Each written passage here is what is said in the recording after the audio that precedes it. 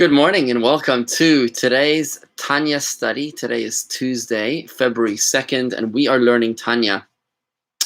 We're learning about that, which is all about meditating your way to higher consciousness.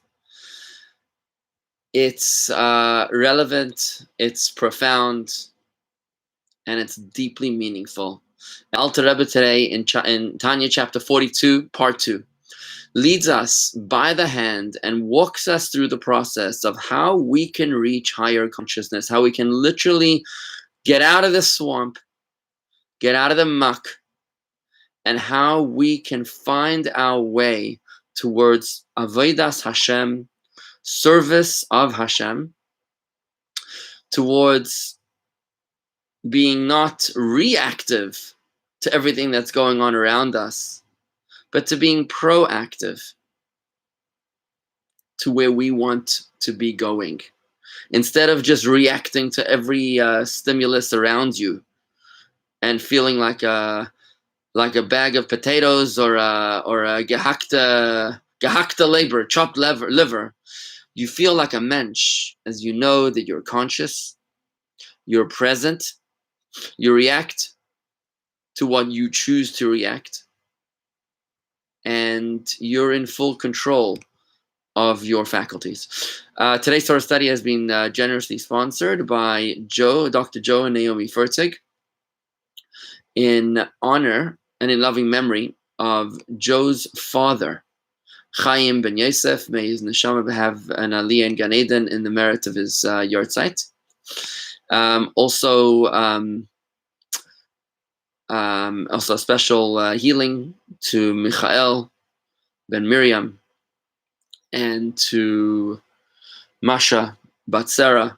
God willing, we'll be making a special prayers at the end of the class today. Good morning, Harvey Barnett and Dean Dubansky. Bob Wertheimer, great to see you. Corey, Joni, and I see Rob is there with us as well. Fantastic. On Facebook and on YouTube, a little quieter. Good morning, Marty. Very good. Great. So we teach the class on simultaneous platforms on YouTube and on Facebook. Facebook is where people are at. Good morning, Stephanie. I think I missed you there. Facebook is where people are at. YouTube is where we archive all of our classes. All of our classes you can go to and you can find them at youtube.com/Jewish Gardens. That's youtube.com/Jewish Gardens. Let's get straight into it, friends. Today we're learning how to meditate your way to Das. We have a fundamental problem. Now, just before we begin, how to meditate your way to Das, let me just explain. What is Das? Good morning, Yomar. Das is the third and probably the most important faculty that makes us human. Out of our 10 faculties, 3 are intellectual, 7 are emotional. The first, these 10 faculties make up our personality. Our character is expressed through these 10 sephiros, through these 10 attributes. 7 emotional, and 3 intellectual. The first 3 are intellectual, and they're called Chachma, Bina, Das, idea, understanding, and internalization, or personalization, or realization. Those 3 collectively are known as Chabad. Wisdom, idea, understanding, and making it personal. All of that is what Chabad is about. Chabad is not a denomination of Judaism. Chabad is a state of consciousness. It's a Jew, or a person for that matter, who is conscious, as opposed to the majority of mankind who are simply unconscious.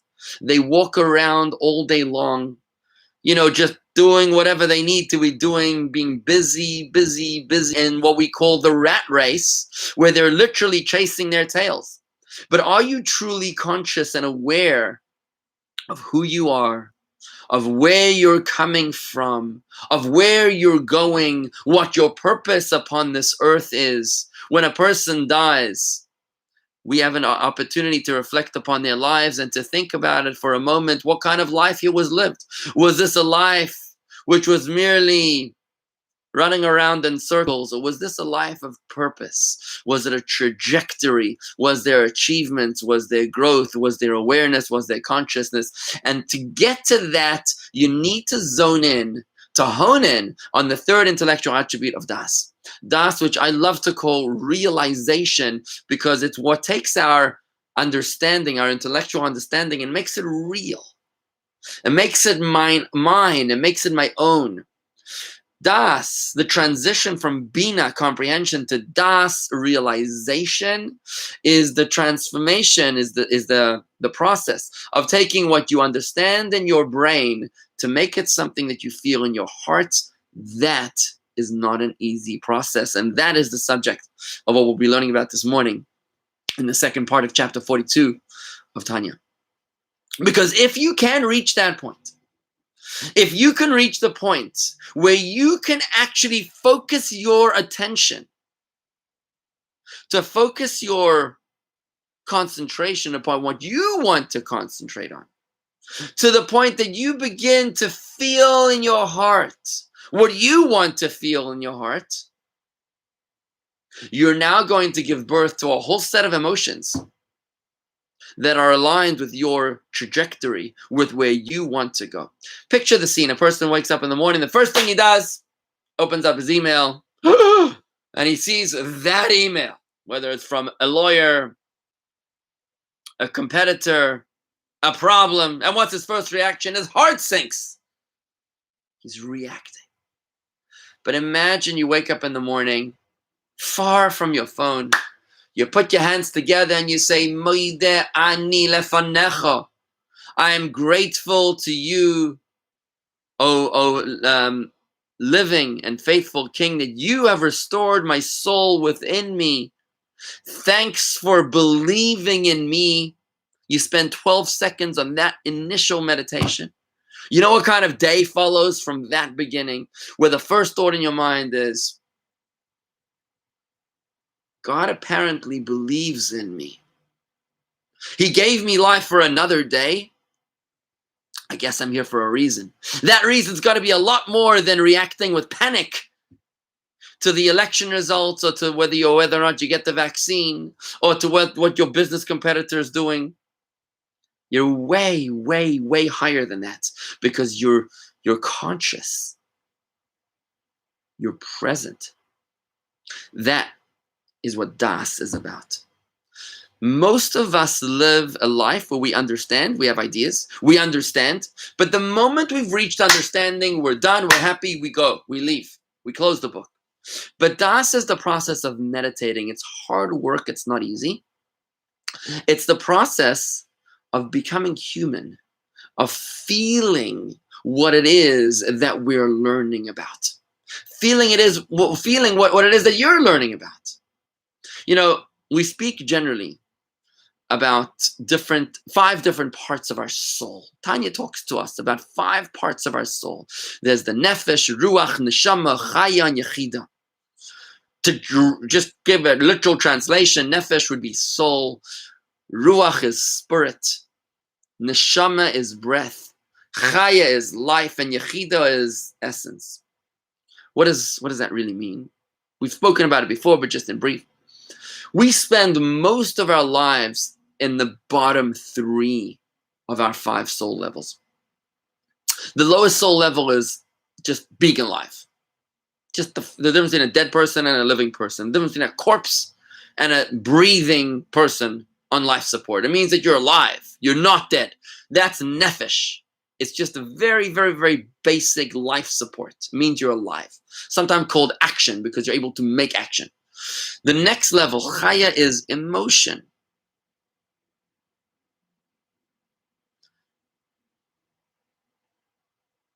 Neshama, breath, is intellect. Intellect. Now, intellect doesn't just mean that you can understand. It means that you've got Das. It means that you've got realization. It means that you've personalized the intellect. It means that you're in full control of your faculties. If we're lucky, if we're able to work hard at it, we're able to reach the bottom 3 levels of our soul. To reach the 4th and 5th level of our soul is not easy. That's why we have Shabbos and Yantif. On Shabbos and Yom Tov, which are holy days, days of transcendence, days when we abstain and refrain from the mundane work of this world, it's then that we're able to tap into the energy of the day and experience something a little higher.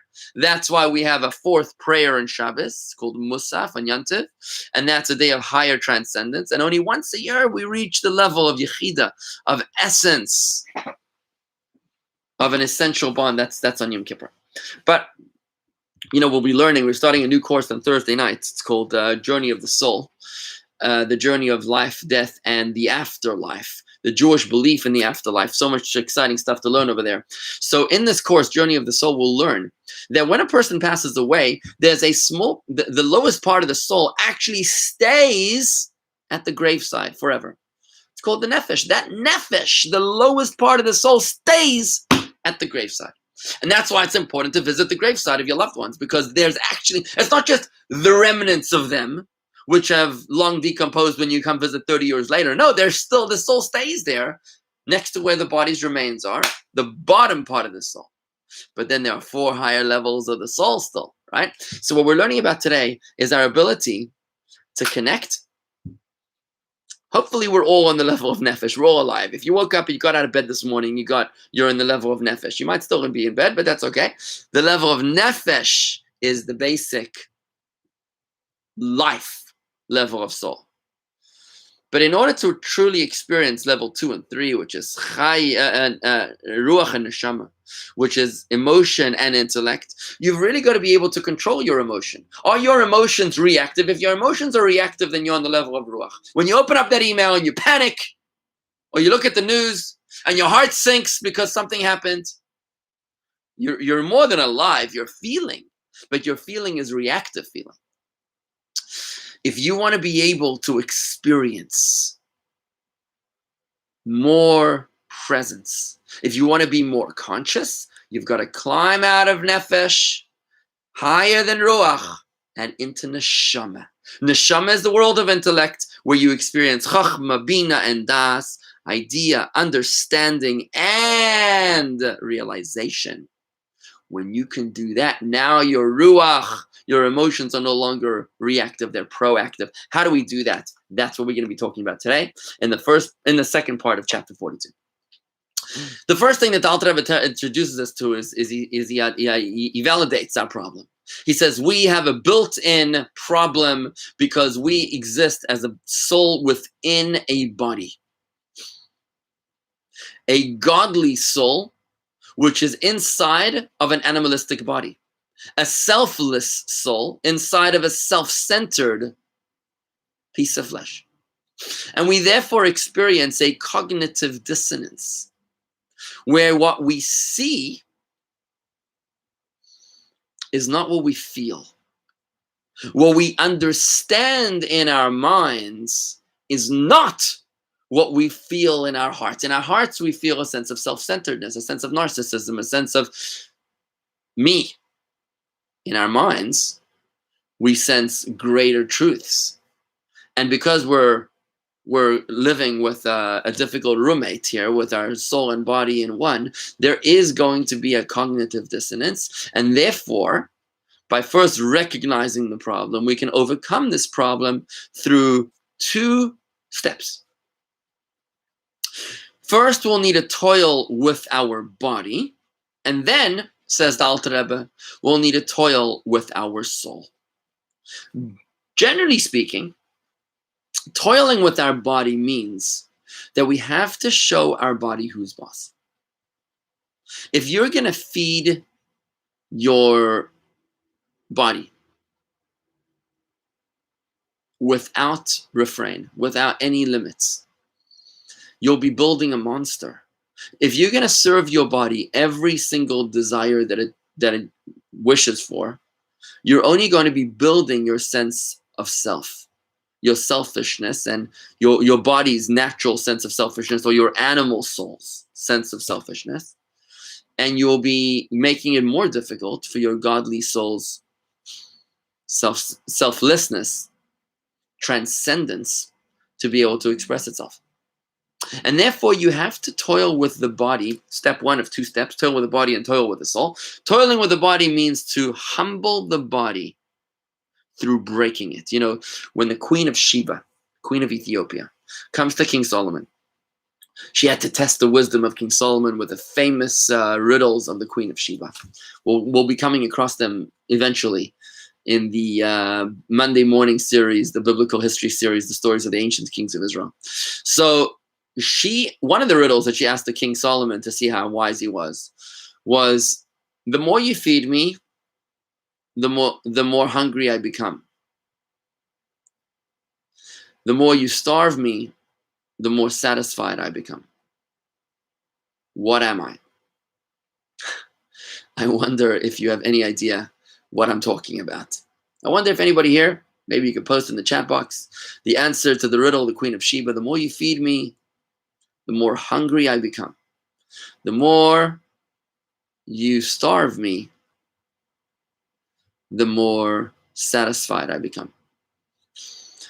King Solomon answered correctly. He was talking about sexual desire.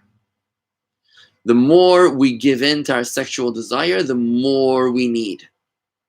The more we control our sexual desire, the less we need, right? Because such is the nature of self-centeredness. The Kabbalah talks about dogs, which are an expression of the animal soul. It's an animal. Dogs, the Kabbalah tells us in the book of the Zohar, they bark. When they bark, what do they say? They say, have. Now, in English, we would say woof, woof, right? But in the Zohar, it brings it down as have, which in Aramaic means give. The animal wants to take all the time. You can never give him enough. Could you ever give a narcissist enough attention? No such thing. I see, Rob, you're suggesting brain. Now, the more you starve the brain, the more satisfied it becomes, or the more unconscious it becomes? Got to think about that. The brain, the more you feed me, the more you feed me, the more I need. That's fair for the brain. I agree with that. But the more you starve me, the less I need. I'm not sure if I agree with that. Anyways, back to the Tanya, where the Alter Rebbe is telling us how to overcome the cognitive dissonance towards our higher consciousness, towards our ability to tap into our particularly our third soul level, the soul level of Das, which is what allows us to feel in our heart what we understand in our brain. You're literally crossing the bridge between brain and heart. We've learned earlier in Tanya that the godly soul resides mainly in the brain and the animal soul resides mainly in the heart. So how is the godly soul going to conquer the territory, the very palace of the animal soul? In order to do that, you first got to break the animal soul through humbling it. We've learned in Tanya chapter 29 that when you have a piece of wood that doesn't light, if it won't catch fire, then you got to break it.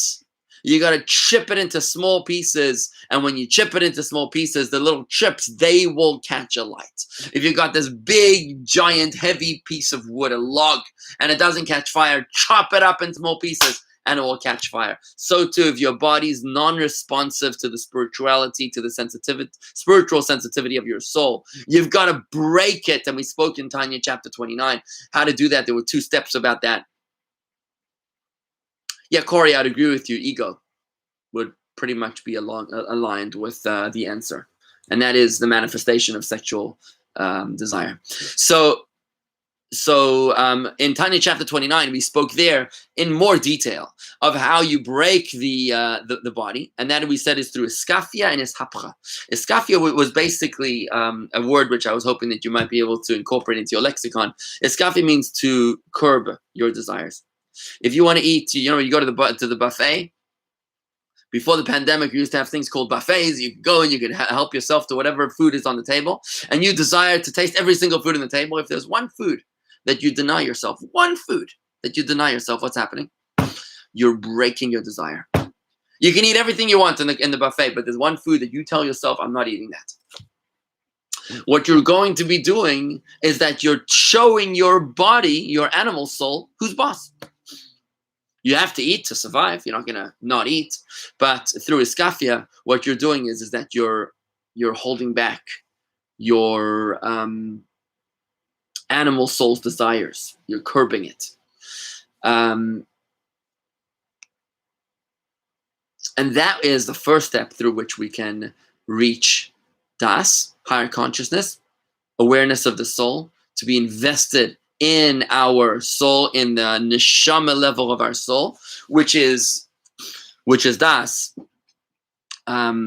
which is realization and personalization of the meditation that we're thinking about.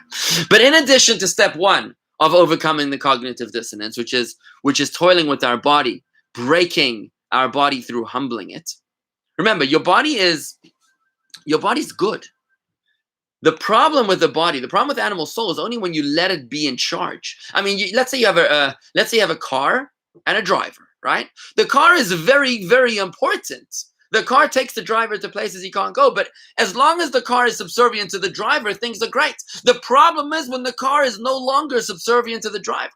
Imagine the driver wants to turn left, and the car somehow turns right. The driver wants to stop, and the car decides to speed up. What happens? You get into an accident. That's when you get into trouble. You've got to make sure that the car is subservient to the driver. If the body, which is so powerful, is subservient to the soul, things are terrific. How do you ensure the body is subservient to the soul? Through iskafia, through curbing your desires, through making sure that you don't give the body everything that it needs. The body wants to sleep in a little more, and you say, no, I'm getting up right now. The body wants this desire, that desire, and you say, nope. We're gonna wait 5 minutes before we start this desire, or we're gonna limit the quantity of the intake of the desire. That is the first of the two steps of overcoming the cognitive dissonance today in chapter 42. The second is toiling not with our body, but toiling with our neshama, toiling with our soul. This means to train the soul to concentrate on godliness for extended periods of time, to concentrate on what it is that you want to connect with for extended periods of time. It's not the content of the thoughts that matters as much as the intensity of the concentration. Now, this is a very, very powerful point here. If you want to start feeling, you have to go through the difficult process of focused thinking. If you can experience focused thinking for extended periods of time, you will, by definition, Alter Rebbe promises us today in Tanya chapter 42, you will, by definition, begin to feel what it is that you're thinking about. And I challenge you to think for a moment, when was the last time that you thought about one idea for 5 minutes straight? Think about that for a second. 5 minutes, that's 300 seconds. We typically have, do you know how many thoughts we human beings have in one day? Scientists tell us that we have approximately 50,000 thoughts in a day. Now, I don't know how much that works out to. 50,000 thoughts in a day. I imagine if we're up for, let's say, 12 hours a day, no more. We're up for, let's say you're awake for 16 hours a day. 16 hours a day times 16 minutes. 960 minutes a day times 60 seconds. We're up for 57,600 seconds every day. This is a scary realization that I just came to right now. If we're awake for 57,600 seconds every day, 57,000 seconds every day, and scientists tell us that on average a human being thinks about 50,000 different thoughts every day, that means, this is so sad, that means that on average, we think about anything for no more than 1 second. Wow. That's a very scary thought. We think about things for no more than 1, maybe 2 seconds if you're lucky. 2 seconds. The Alter Rebbe is telling us today that if you want to reach higher consciousness, you got to expand that. You're going to have to toil with your soul. Yegias ha-Nephesh, to toil with your soul, to be able to think about something for an extended period of time. Focused thinking. And he's going to walk us through the process. Again, it's not the content of the thoughts that matters as much as it is the intensity of the concentration. You know, as human beings, we've learned this idea before, that we are influenced by what we're exposed to. We've learned this idea in Tanya, the idea of klippa. Klippa, which means the outer shell, the perception that we see. We are far, far more drawn to what meets the eye than what lies hidden behind the facade. For example, think about it. Think about how we, thank you, Susan. Yeah, good point. There's such chaos. There's no chorus. There's no order because nobody's focused about anything. We're just reacting to everything. How so few of us are actually conscious. But think about this for a second. You know, if you see a delicious pastry in front of you and you know it's bad for you, what's the odds that you're going to eat the pastry which looks so good, but you know it's bad for you? 9 times out of 10, the person's going to eat that pastry even though he knows it's bad for him. 9 times out of 10, you're going to date the person that you know is not a good match for you because on the outside it looks amazing. And I'll prove it to you. Who are our celebrities in the United States of America? Who are the celebrities of 2021? It's the actors. Actors are our celebrities. What's his name? DiCaprio, Leonardo DiCaprio, Gal Gadot, right? These are our celebrities. Now, are they such incredibly wise people? They're not wise. They don't even write their own lines, for heaven's sake. They're reading someone else's lines. We should seemingly be making a celebrity out of the screenwriters. But when you do the Grammy Awards and whatever else they do, it's almost like the screenwriters are like an afterthought. They're like, yeah, we also have screenwriters, by the way. But the real glitz and glamour goes to the people that you see on the big screen, because when you see someone in the big screen, you're like, oh. When something is in front of our face, we're in awe. And that's what the Alter Rebbe is telling you. By the way, that's the reason why we get so terrified from the news, cable news television. Because when it's put on the big screen in front of us all the time, it's effectively brainwashing us. It is actually brainwashing us. We're constantly being brainwashed by what we choose to expose ourselves to. So today we've got a new problem. Today we've got a problem where what we call the social dilemma, where the you can choose if you want to go down the foxhole of right-wing politics or down the foxhole of left-wing politics, and we find ourselves within these echo chambers where either Trump is the best thing since who knows what, or Trump is the worst thing since who knows what, because we're inside of these echo chambers and our brainwashing is constantly reinforced. That's what happens on social media. When you're on Facebook, Facebook will feed you the kind of news that they know that you want to hear in order to push you down that same rabbit hole, because they've understood the power of that which meets our eyes. We don't really care about the content of the character. We care about the color of the skin. As human beings, we judge a book by its cover, and that is what makes an impression upon us. And it's that the Alter Rebbe says to us right now. If you want to reach higher consciousness, then flip this idea on its head. Be conscious of what it is that you want to experience and make that your big screen. I don't have a television in my house by choice. And sometimes people look at me like I'm crazy. Like, you don't have a television in your house? Like, what do you mean you don't have a television in your house? And I'm like, no, I don't need to be brainwashed by the lowest common denominator coming out of Hollywood. I don't need that. I have enough brainwashing going on in my life, with every other external influence. I need to shut it down a little bit. I need to be able to control a little bit.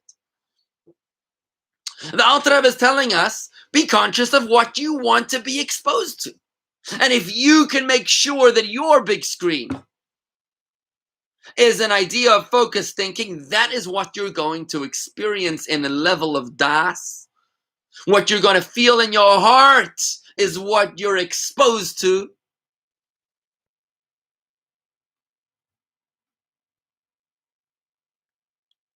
And that's how you're going to reach higher consciousness. By the way, this is not a new idea. The billion or trillion dollar industry called advertising has understood this eons ago. When you see somebody drinking a bottle of Coca-Cola and she looks like $1 million, does anybody in their right mind think that if I drink Coca-Cola, I'm going to look like her? The answer is yes. The answer is yes. When we see somebody drinking Coca-Cola and she looks like a supermodel, we say, I have to drink Coca-Cola because I'm going to look like that. We know it's not true. But our visual makes that subliminal impression upon us. It affects how we feel in our hearts. Our das is directly impacted by what we are exposed to. And the longer we're exposed to it, the more we start to feel it. Now, Rob, there is no difference between TV and internet, except that when it comes to TV, you can't control what you want to see. And internet, you can control what you want to see, right? So when you can edit your TV like you edit what you choose on the internet. Now, look, for me, I don't have a TV. I don't even know. I understand that there's Roku and there's, I don't know. I understand that you can do that to television. I understand that. But I'm not interested in anything that's on television. Once in a while, if there's some special show, fine, I can watch it. If somebody can send it to me, I can watch it. But I don't need to be watching Desperate Housewives of Atlanta or, I don't know, whatever, or some other show which apparently everybody's going gaga about, because it's not the kind of ideas I want to be exposed to. At least on the internet, I can choose to study Torah with a wise person. I can choose to read an article from somebody of a role model that I want to aspire towards. That's the difference. You can't do that on television. You say, oh, I want to study right now with some, great thinker. You can't really do that on television. And that's why I said before, I have enough brainwashing going on in my life from the internet. And yes, I have the internet. There are many Hasidim, by the way, that don't have internet. For them, a smartphone is treif. Treif. They don't have anything to do with a smartphone. And you know what? I admire that. I don't necessarily agree with it, but I admire that. I think there's something beautiful about that on some level. Anyways, back to Tanya. So here's what Tanya says. So the Tanya tells us again, to overcome the cognitive dissonance, which impedes our ability to allow the godly soul in the brain to be felt within the heart, which is the animal soul. You need to, first of all, do Yegias Aguf, which is to toil with the body, to break the body through humbling it, to break the ego of the body through humbling it.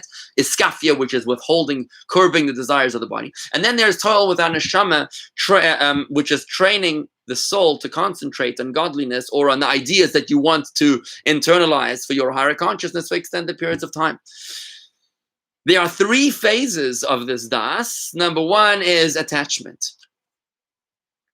You need to be attached to the idea. And that means thinking about one idea for a prolonged period of time. And it's not easy. It's not easy. It's called toil of the soul. You really have to focus. Now, this is very different to transcendental meditations of the East, to those that seek to think of nothing.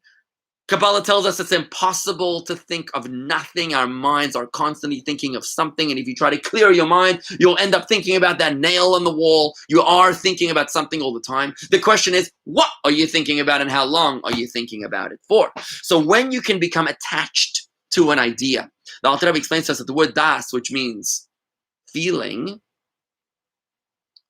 in our heart, what we understood in our mind, also means connected.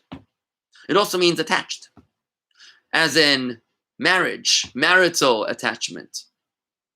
When it says an Adam knew Eve, it's this same word, das. V'ha'adam yada et Chava. And Adam knew Eve. It means he married her. They became one. When you want to experience das, you've got to become one with that wisdom that you want to internalize. So you got to focus on it on an attachment level that will lead you to recognizing its uniqueness, its specialty, its greatness, and ultimately you'll come to feeling. Now, the amount of time that you need to dwell on a topic before it illuminates within you, that depends on each person, on the refinement of their soul. That's got to do with the with the love that was going on between your parents at the moments of your conception.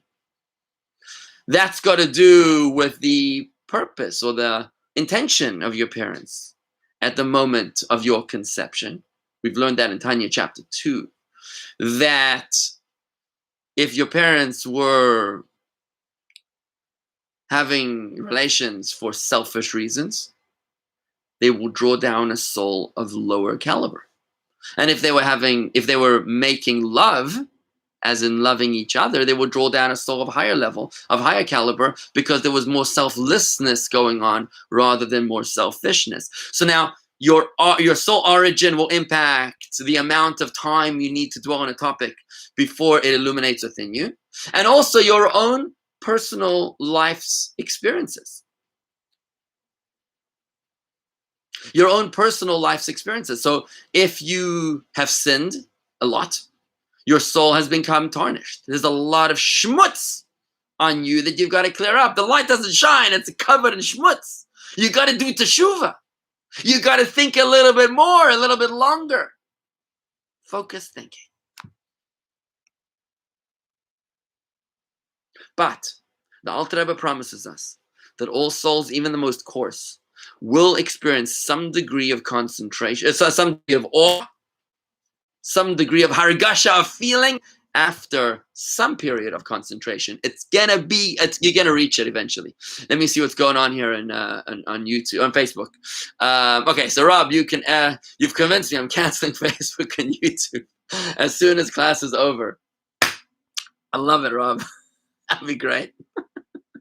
Okay. Rob, Marty, isn't new in the Torah equal to sexual relations? Exactly. That's exactly. Yeah, you must have wrote that before I said that, because I just said that a moment ago. The Adam Yada es Chava, and Adam knew Eve. It means that he had relations with her, and that's the most intimate connection, right? When you have intimate connection with an idea, that's das. That is awareness. That is living life proactive, as opposed to living life reactive. And I want to give you a quick method to do this. I want to give you a little coaching session here for a few more moments before we wrap it up. We spoke about the 5 levels of the soul. Nephesh is life. Ruach is feeling, reactive feeling. Neshama is intellectual, is mindfulness. It's mindful emotion. It's proactive emotion. But the word neshama also means neshima, which means breathing.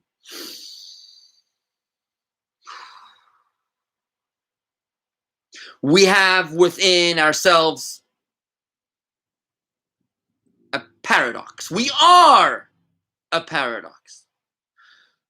A tug of war pulled between body and soul, godly soul and animal soul, selfish and selfless, self-centered and God-centered, selfish and mission-oriented. We're in a tug of war. But there is a beautiful way where we can stop, drop, and roll, where we can literally stop the fire and come into safety, step into our sanctuary. That is through neshima, through breathing. When we stop what we're doing, let's say you feel your animal soul starting to dominate over your godly soul. If you're able to step into the light once in a while, you start to notice, oh, there it goes. That's my reptile. That's my animal. I'm behaving like an animal again. At least you can be aware of it. You can observe it. And then you can see yourself expressing your godly soul once in a while. Once you step into the light, once you've experienced higher consciousness, even if it's for small periods of time, you are able to be human for a little bit. So even when you fall back, and the later in the chapter is going to tell us about how often we need to do this in order to have our sanctuaries, our safe spaces, our sanctuary cities within our day. But what I'm encouraging you to do now today is every once in a while to stop and to take 3 deep breaths.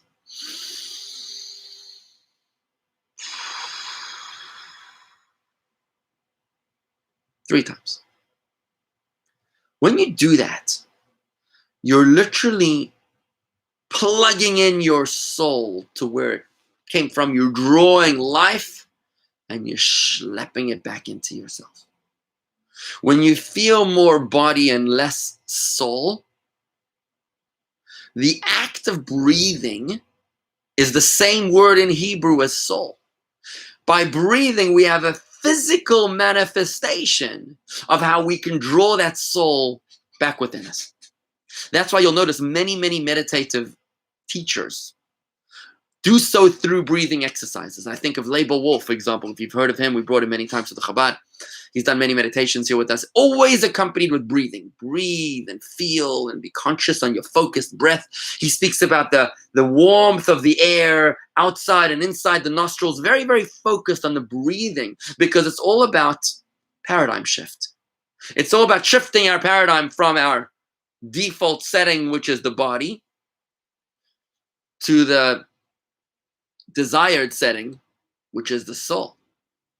Reactive to proactive. And when you do this breathing, you can lift up out of the chaos and experience the light, a place where you can think about an idea that you want to make yours for an extended period of time. Now, this idea is the key, the pathway towards higher consciousness. It's very powerful. It's not very complicated, but it makes a huge difference in our lives. What we're supposed to think about as human beings, if we're wanting to get out of the swamp, we've got to think about how everything that happens is in the hands of Hashem. So whether you got a call from a doctor that says, I need to see you now, or the lawyer says, we need to talk,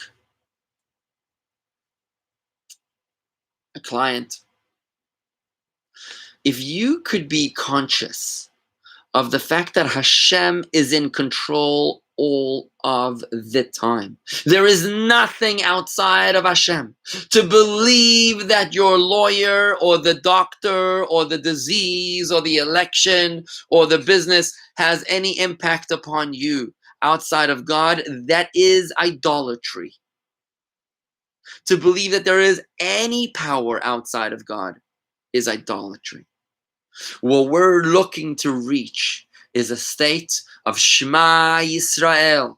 Adonai Eloheinu Adonai Echad. Hear, O Israel. Meditate, O Israel. That's why we cover our eyes, because we're stopping for 10 seconds, not a 1 second thought, not a 2 second thought, but a 10-second thought, or maybe a 60-second thought. Twice a day, morning and evening. Shema Yisrael Havaya Echad. God is one. One is God. There is nothing outside of God. And that is the direction that Tanya is leading us to. When we have the courage to reach this realization, when we're able to think for extended periods of time about God's almighty power, ideas that we've learned in chapters 20 and 21 and 22, ideas that we've learned through the Tanya, and what we're about to learn in the next week's session of Tanya chapter 42. We will have actual meditations to think about that will allow us to reach a state of das, of feeling within our hearts. The extended meditation will lead us to the feeling, where we will rise up from the second life level of reactive emotion to the third life level of proactive mindfulness, and we will be present. We still have 2 more levels to rise up to. Don't worry, lots of life ahead of us. But when we're able to do that, we can become conscious.